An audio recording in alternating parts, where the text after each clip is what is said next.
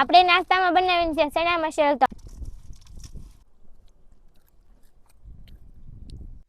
તો જો કે કેટલી મહેનત થાય કંટોલા વીણતા, તો એટલા બધા વીણાય છે એમાં કેટલી મહેનત થાય છે. પહાડોમાં જો કેવું સરસ મજાના મોટા મોટા પથ્થર હોય છે. તો જો આ કેવું સરસ મજાનું તળાવ છે અને સામે છે શિવ મંદિર. કંટોલાનું શાક તો મીઠું લાગે છે પણ એને વીણવામાં કેટલી મહેનત થાય છે. હાલો આજે હું દેખાડું કેવી રીતના વીણાય. અને જય માતાજી. આજે આપણે જવાનું છે પહાડોમાં કંટોલા વીણવા. તો જો ખુશીબેન, ચિરાગભાઈ અને કૌશિકભાઈ આમ બધા જાવી છે કંટોલા વીણવા. તો જો આ કેવો સરસ મજાનો વેલો છે અને કંટોલો છે, તો આપણે કંટોલા તોડી લઈએ.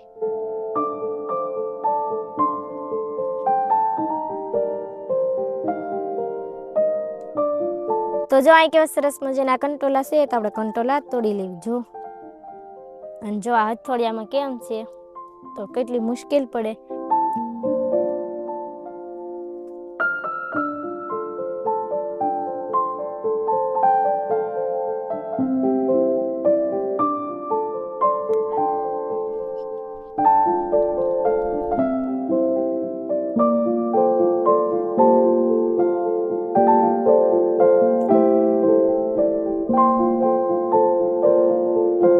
તો જો આપણે પહાડમાં પગી જશે. આ પહાડ છે અને જો આ માલધારી ગાડડા ને એવું સારે છે. અને જો આપણે કેટલી મહેનત કરીને એટલા કંટોલા વીણ્યા છે.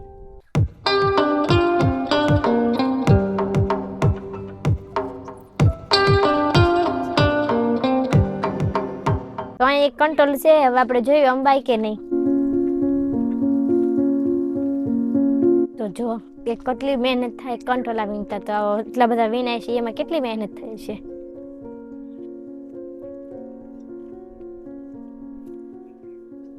આવી રીતના કંટોળા ગોતવા પડે. તો જો આ ઠુમરાનું ઝાડ છે, આમાં ઠુમરા આવે ખાવાની મજા આવે પાકે પછી. તો જે પાક્યા નથી, કાચા છે. તો જોઈ શકો છો કેટલા બધા આવ્યા છે. તો જો મને સરસ મજાના ગણગેટા મળી ગયા છે. થોડાક અધર છે, આપણે આંબીને ખાવાના છે. તો જો આવા કાંક હોય અને આ ખાવાની બહુ મજા આવે.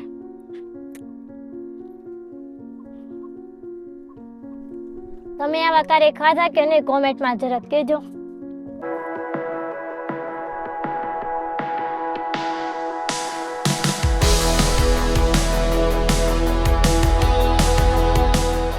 તો આપને એક બીજો વેલો મળી ગયો છે. જોવા કંટોલા છે, દેખાય નહીં એવી રીતના વેલામાં સંતાયેલા હોય તો જોઈ શકો છો. અને જો આવી રીતના હોય સંતાયેલા, દેખાય ખબર ન રહે કે કંટોલા છે.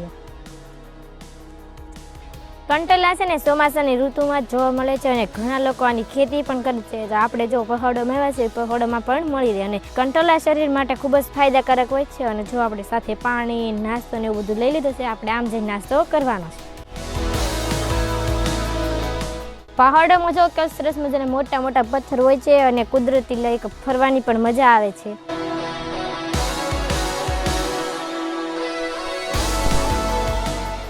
પહાડોમાં ફરતા ફરતા તરસ લાગી ગઈ છે. તો જો આપણે પાણીનો બોટલ ઘરેથી લેવા થાય તો આપણે પાણી પી લઈએ.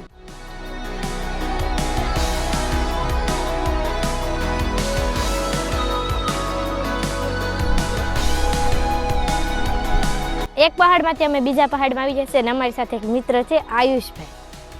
તો જો એ નાનો છોકરો છે તો જો કેટલું હાલે. તો હવે આપણે આ પહાડમાં કંટોલા ગોતવાના છે, તો કંટોલા ગોતી લેવી. તો જો આ કેવું સરસ મજાનું તળાવ છે અને સામે છે શિવ મંદિર. નજારો જો કેવો સરસ મજાનો છે, લીલોછમ ને આવા વાતાવરણમાં ફરવાની ખૂબ જ મજા આવે. કંટોલા જો આપણે એટલા બધા વીણી લીધા છે, કેવો સરસ મજાનો જોઈ શકો છો. પહાડોમાં રખડીને રખડીને હવે લાગી ગઈ છે તો ભૂખ. આપણે નાસ્તો બનાવવાનો છે. નાસ્તામાં બનાવવાનું છે ચણા મસાલો. આ બાજુ નદી કેવી સરસ મજાની વહે છે. તો હવે આપણે નાસ્તો બનાવી નાખ્યો. તો નાસ્તો આપણે ઘરેથી લેવા છે, તો આપણે બધું કાઢી નાખીને પછી આપણે એક ટમેટા ને એવું સુધારી નાખીએ. આપણે નાસ્તામાં બનાવીને છે ચણા મસાલો, તો આપણે ડુંગળીનું કટિંગ કરી નાખીએ.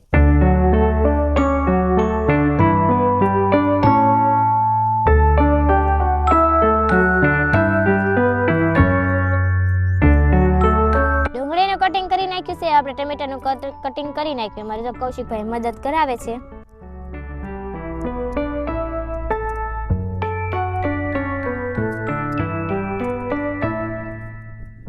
ટમેટા ને એવું મળાયું છે, આપણે ચણા મસાલી ભેળવી નાખ્યું.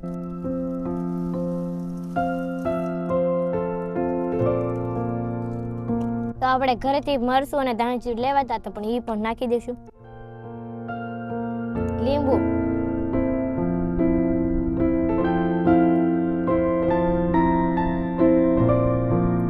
મિક્સ કરી દઈએ.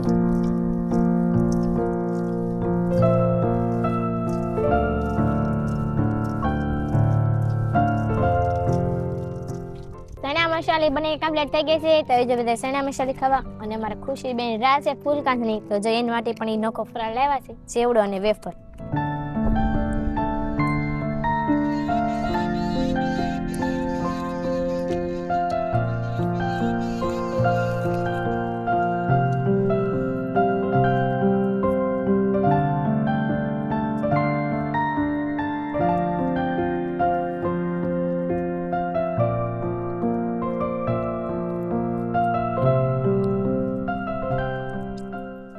નાસ્તો કરી લીધો અને એનો કચરો વધ્યો થઈ, આપણે કચરો છે ને ઘરે કચરા પેટીમાં નાખી દેવાનો છે, જેથી કરીને આ સુંદર જગ્યા છે એ ખરાબ ના થાય. તો આપણે કંટ્રોલાની વેળા મળી જશે. જો કે સરસ મજાના કંટ્રોલા છે, તો આપણે કંટ્રોલા લઈ લઈએ.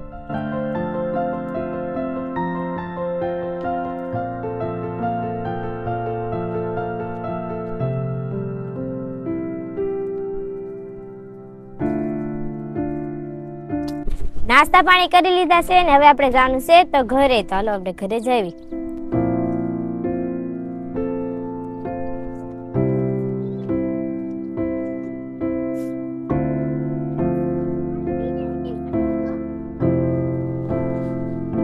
તો હવે આપણે એ વ્લોગ ને પૂરો કર્યું છે. વ્લોગ પસંદ આવે તો લાઈક ને સબસ્ક્રાઇબ જરૂર કરી દેજો. ફેસબુક જોતા તો ફોલો કરી દેજો. મળીશું નવા વિડિયો. ત્યાં સુધી બાય બાય. જય માતાજી, જય હિન્દ.